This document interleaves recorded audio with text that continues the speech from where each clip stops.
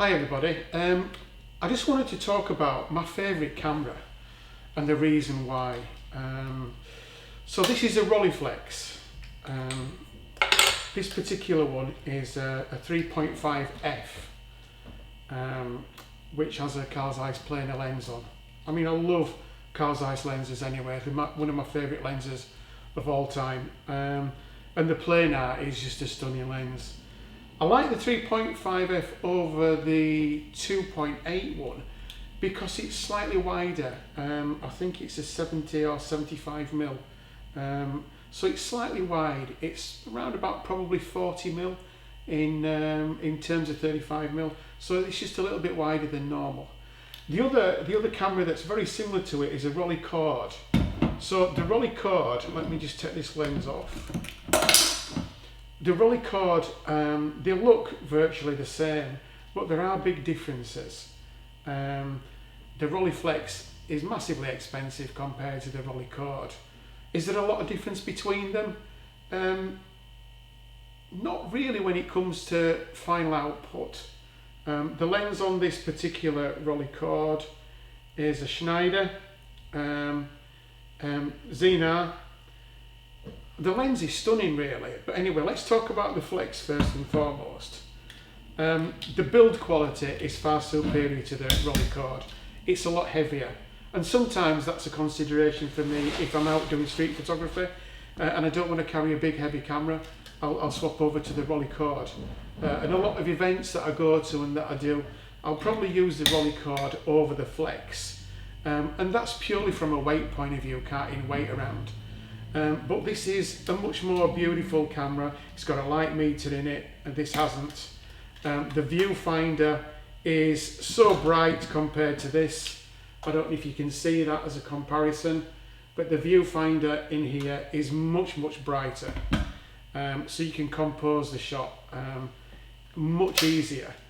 One of the things that I do find difficult with this sometimes is if you're on location, and like just recently I've just been to Appleby Fair up in Westmoreland, and I took this because it was light and I wanted to take another camera, so I took this, and I have to say it was a little bit more difficult focusing fast and framing it up because all the edges are really dark. The only bright thing in there is the centre, whereas this would have been a better option really. That's another massive difference between the Flex and the Cord, is the viewfinder is a lot brighter. It's a much more complete camera, and it is also operates slightly different. So I've got film in both of these, so I can't really show you, but this you just wind it on, wind it back, and then you take the shot like that. So that's quite nice and easy. And sometimes when you're holding it, if you're holding it sort of like, and you're trying to get a shot inside a cafe and you maybe have only got 60th of a second or 30th of a second at maybe f3.5, if you pull down on it and click, it's a really steady, it's almost like being on a tripod. I've took shots on this at 15th of a second and they've been absolutely spot on. So that's another bonus for me on this. Whereas you can put a strap on this, but it doesn't help in the process, because with this you wind it on by winding this on here. It's already wound on, so you'll wind it like that, and then you push that right across, bring it back. To cock it, you'll bring it back, and then it's just a question of judging where the point is, and then you push it. And when you're pushing it that way, it doesn't lend itself to being overly still. You can make it a little bit stiller by putting a strap on, but it's still not as easy to operate as the Flex. So that's another advantage for me with the Flex over the Rolleicord, is the way you press the shutter, and also you use your aperture and your shutter speeds are separate there, whereas the Rolleiflex is much easier to view in this window. They're all in one, whereas on this one they're either side, so you've got to be constantly looking either side, whereas this they're all in one. So this is a much better camera to use and operate. Only negative is the weight. Image quality, absolutely stunning.